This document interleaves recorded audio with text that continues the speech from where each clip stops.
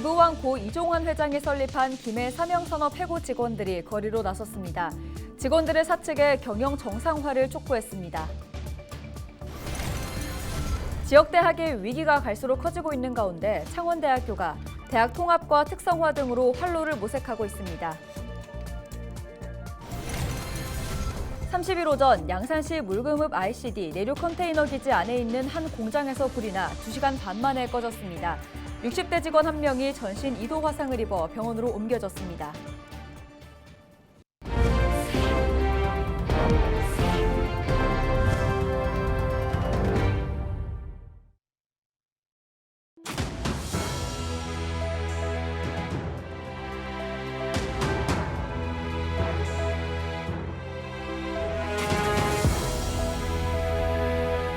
시청자 여러분 안녕하십니까? 헬로티비 경남뉴스입니다.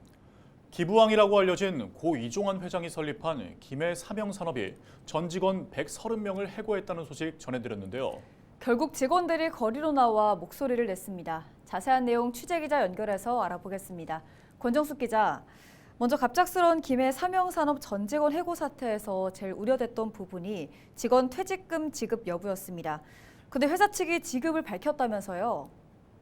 그렇습니다. 김해 삼형산업 전 직원 130명의 해고 통보를 받은 건 지난 15일이었는데요. 회사가 자본 잠식에 따른 경영 악화 상태였기 때문에 직원 퇴직금 32억 원 지급 여부는 불투명했습니다. 퇴직금 지급 기한은 해고 통보 후 14일 이내인 만큼 29일까지였는데요. 일단 삼형산업 측은 29일 직원들의 부서장을 통해 30일부터 다음 달 2일까지 퇴직금을 지급하겠다고 전했습니다. 네, 우려했던 부분이 해소가 된 건데 30일 직원들이 거리로 나와 집회를 열었다고요? 무슨 일입니까? 네, 직원들이 생각하는 삼형산업은 평생 직장이었습니다. 때문에 20년 이상 장기 근속자도 전 직원의 25%를 차지할 만큼 많습니다. 삼형산업은 기부왕이라고 알려진 고 이종환 회장이 1972년에 설립한 기업으로 이전 회장은 생전 1조 7천억 원의 기부를 해왔습니다. 직원들은 49년 동안 400억 원 흑자를 내왔던 회사가 불과 3년여 만에 누적 부채 160억 원으로 쓰러지는 것을 이해할 수 없다는 입장입니다. 이에 직원들은 처음부터 퇴직이 아닌 경영 정상화를 요구해왔고요. 회사에서 이에 대한 노력이 없다고 보고 경영진의 방망 경영 책임을 묻고 정상화 노력을 촉구하기 위해 나섰습니다. 네, 그러려면 당장 이달 말까지 금융채무를 막아야 할 텐데요. 가능성은 어떻습니까? 일단 그렇게 희망적이지는 않습니다. 이달 말까지 회사는 은행 부채 16억 원을 막지 못한다면 부도를 맞습니다. 앞서 직원들에게 지급될 퇴직금이 32억 원이라고 설명드렸는데요.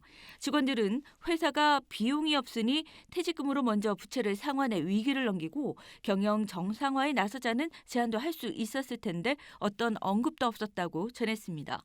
창업주인 고 이전 회장은 자신이 세운 교육재단에 회사 땅과 건물, 공장 기계까지 모두 기부했고 때문에 회사는 재단에 임대료까지 내는 상황입니다. 회사의 의지가 무엇보다 중요한데 현재까지 관련된 움직임은 나오고 있지 않습니다. 네, 여기까지 듣겠습니다. 보도국 권정숙 기자와 삼형산업 사태 알아봤습니다. 다음 소식입니다. 30일 오전 9시 50분쯤 양산시 물금읍 ICD 안에 있는 한 공장에서 불이 나 2시간 반 만에 꺼졌습니다. 다행히 인명피해는 없었지만 60대 직원 1명이 전신 2도 화상을 입어 병원으로 옮겨졌습니다. 소방차량 36대와 인력 108명을 투입한 소방당국은 불이 난 지 40여 분 만에 큰 불길을 먼저 잡았습니다. 불이 나면서 공장 직원 수십 명이 대피한 것으로 알려졌습니다. 양산시는 이날 오전 시민들에게 화재 사고와 도로 우회를 당부하는 안전 안내 문자를 보냈습니다. 경찰과 소방당국은 정확한 피해 규모와 사고 경위를 조사하고 있습니다. 마산해양신도시 5차 공모 우선협상 대상자인 민간사업자가 30일 창원지법 앞에서 집회를 열고 창원시 감사관의 재판 개입 의혹을 규탄했습니다. 민간사업자는 감사관이 제출 의무가 없는 허위 감사 보고서를 재판부에 제출해 소송 결과에 개입했다고 주장했습니다. 또 재판부에 창원시 감사 보고서의 면밀한 검토를 요구했습니다. 더불어민주당 경남도당 통영고성지역위원회가 검찰의 천연기 통영시장의 선거법 위반 수사를 촉구했습니다. 30일 민주당 통영고성지역위는 선관위 고발 2달이 지난 지난해 11월 창원지방검찰청 통영지청 관계자는 현재 보안 수사를 하고 있고 아직 기소 여부가 결정나지 않았다고 했다고 밝혔습니다. 그러면서 검찰은 지금 당장 법에 따라 천 시장을 소환 조사하고 선거법 위반 혐의로 기소할 것을 촉구한다고 말했습니다. 지난해 8월 천 시장은 지역 축제에서 시민들에게 국민의힘 정점식 의원의 총선 지지 발언을 한 것으로 알려졌습니다. 경상남도 선거관리위원회는 그해 9월 공무원의 선거중립 의무 위반 등의 혐의로 천 시장을 검찰에 고발했습니다. 지난 29일 저녁 8시쯤 통영의 한 축사에서 작업 중이던 A씨가 전동 운반차에 깔려 숨졌습니다. 축사에서 전동 운반차를 이용해 사르를 옮기던 작업을 하던 중 전동 운반차가 옆으로 넘어지면서 작업 중이던 70대 A씨를 덮쳤습니다. A씨는 현장에서 숨졌으며 검찰은 업주 등을 상대로 정확한 사고 경위를 조사하고 있습니다. 학령 인구는 줄고 수도권 선호 현상은 더 강해지면서 지역 대학의 위기감이 갈수록 커지고 있습니다. 지역 국립대 역시 상황은 마찬가지입니다. 국립창원대학교가 경쟁력을 끌어올리기 위해 대학 통합과 지역 특성화 등 활로 모색에 나섰습니다. 보도에 표영민 기자입니다. 경남 지역 국립대인 창원대학교입니다. 공립이지만 다른 지역 대학들과 마찬가지로 입학생 감소 등으로 어려움을 겪고 있습니다. 위기 극복을 위해 지난해 대학 한 곳당 1,000억 원을 지원하는 글로컬 대학에 도전했지만 탈락했습니다. 창원대는 오는 3월 올해 글로컬 대학 신청을 앞두고 지역 도립대학과의 통합을 추진합니다. 지난해 선정된 글로컬 대학 10곳 중 4곳이 통합을 내세워 지정됐기 때문입니다. 경남도도 지역 국립대의 경쟁력 강화에 힘을 보태기로 했습니다. 국립창원대학교에서 추진하는 각종 프로젝트들에 대해서 적극적으로 힘을 합하고 또 지원을 할 생각을 가지고 있습니다. 과거 대학 간 통합은 입장차 등으로 무산되는 경우가 많았지만 이제는 대학 생존을 위한 선택이 되고 있습니다. 학생들도 충분한 공감대 형성만 있다면 대학 간 통합이 큰 문제가 아니라는 입장입니다. 일단 통폐합이 되기 위해서는 학생들의 의견을 최우선시해서 학생들의 의견을 물어본 후에 통폐합을 결정해야 될 것 같습니다. 통합을 하게 되면 좋은 시너지도 생기고 경쟁력도 생길 것 같다고 생각하고 있습니다. 창원대는 통합뿐만 아니라 재료연구원 등과 협력해 창원과학기술원을 설립하고 지역 특화 사업에도 나설 예정입니다. 학령 인구 감소와 수도권 쏠림 등으로 위기감이 커지고 있는 지역 국립대학. 대학 통합과 지역 특성화로 경쟁력을 강화해 위기를 극복할 수 있을지 관심이 모아집니다. 헬로티비 뉴스 표영민입니다. 임진왜란 하면 이순신 장군을 떠올리는 분들 많을 겁니다. 그런데 윤응신 장군은 상대적으로 주목을 덜 받고 있죠. 전쟁 초기 왜군을 상대로 첫 승리를 거두고 전사한 윤은신 장군의 동상이 부산에 우뚝 섰습니다. 보도에 김한식 기자입니다. 큰 칼 옆에 차고 커다란 활을 든 장군상. 오른손을 굳게 쥐고 바다를 바라보는 모습에서 굳건한 결의가 느껴집니다. 임진왜란 당시 순국한 다대진 첨사 윤응신 장군 동상입니다. 1592년 4월 13일 부산포에 도착한 왜군은 다음 날 다대진성 등을 공격했습니다. 성을 지키던 윤응신 장군은 부하들과 함께 용감히 싸웠고 왜적을 물리쳤습니다. 왜군은 병력을 늘려 다음 날 다시 공격했고 수적 열세에 성이 함락됐지만 윤응신 장군은 도망가지 않고 끝까지 싸우다 전사했습니다. 임진왜란 일어나고 난 다음에 조선군이 정규군이 거둔 첫 번째 승전이 아닌가.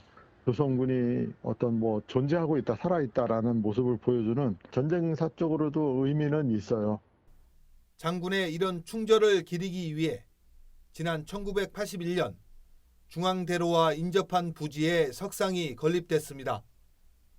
하지만 세월이 흐르며 이끼가 끼고 녹물이 발생해 보기 흉해졌는데 최근 40여 년 만에 동상으로 재탄생했습니다.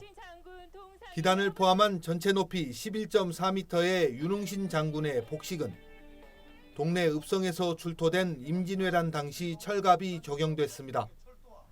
또 동상 주변에는 장군의 일대기를 그림과 글로 기록했습니다. 부산 동구에는 일본과 관련된 다양한 역사의 흔적이 남아 있습니다. 부산 진성과 증산 외성, 독도 지킴이 안용복 장군의 생가터, 그리고 조선통신사의 출발과 귀환의 상징인 영가대 등이 지금도 보존돼 있습니다. 동상 재건에 그치지 않고 동구 안에 있는 역사 문화유산과 연계한 다양한 컨텐츠 개발을 통해 많은 분들이 찾을 수 있는 공간으로 조성하고 활용할 계획입니다. 새롭게 건립된 윤흥신 장군 동상 주변으로 독립운동가 한영석 선생의 서체가 담긴 명패 등이 자리 잡아 그 의미를 더하고 있습니다. 헬로티비 뉴스 김한식입니다.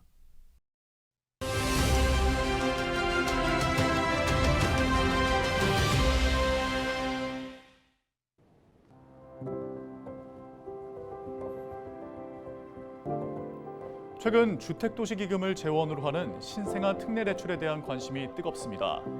신청 첫날인 지난 29일 접속자가 폭주하며 온라인 접수 사이트가 마비되기도 했는데요. 연 1%대 저금리에 최대 5억 원까지 빌릴 수 있어 많은 부모들이 한꺼번에 몰렸습니다. 신생아 특례대출, 신청은 어떻게 하는지, 또 지원 대상은 누구인지 궁금해하시는 분들 많을 텐데요. 과연 어떤 분들이 해당될까요? 지난해 1월 1일 이후에 출생한 아이를 둔 무주택 세대주 또는 1주택 세대주로 9억 원 이하의 주택을 살 때 대출을 받을 수 있습니다. 또한 부부 합산 연소득이 1억 3천만 원을 넘거나 순자산 보유액이 4억 6,900만 원이 넘는다면 지원 대상에서 제외됩니다. 특례 금리는 주택 구입 자금의 경우 1.6%에서 3.3%, 전세 자금은 1.1%에서 3%가 적용됩니다. 신생아 특례대출은 주택기금 대출을 취급하는 5개 시중은행과 기금이 든든 누리집을 통해 신청할 수 있습니다. 지금까지 데일리 브리핑이었습니다.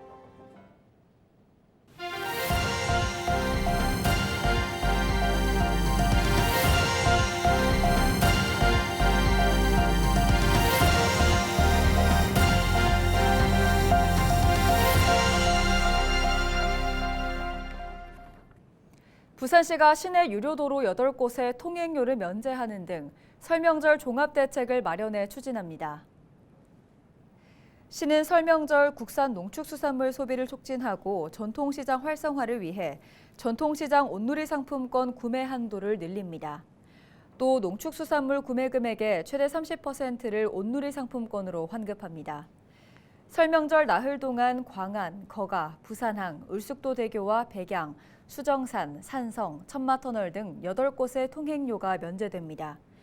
부산시는 이 밖에 동아대학병원 등 36곳의 의료기관에서 24시간 응급의료 서비스를 제공하고 결식 우려 가정에는 대체식을 제공해 중단 없는 복지 서비스를 제공할 계획이라고 밝혔습니다. 부산경찰청에 따르면 재개발이 진행 중인 부산 완월동 성매매 집결지의 성매매가 아직 근절되지 않은 것으로 나타났습니다. 지난 2019년 31곳으로 파악됐던 성매매 집결지는 해가 갈수록 감소했지만 지난해 12곳으로 파악되고 있습니다. 또 지난해 성매매 단속 건수는 19건으로 집계됐습니다. 경찰은 성매매 근절을 위해 장소를 제공한 건물주를 입건하고 성매매에 이용된 건물 등에 대해 기소 전 몰수 보전을 추진해 지난 2019년부터 최근 5년간 법원으로부터 17건, 45억여 원을 기소 전 몰수 보전을 인용받았습니다. 2023 광복로 겨울빛 축제 기간이 연장됩니다. 중구는 설 명절을 맞아 고향 중구를 찾는 방문객들을 위해 2023 광복로 겨울빛 축제를 다음 달 12일까지 연장한다고 밝혔습니다. 이상으로 뉴스를 마칩니다. 저희는 언제나 지역민 여러분과 함께합니다. 시청해주신 여러분 고맙습니다.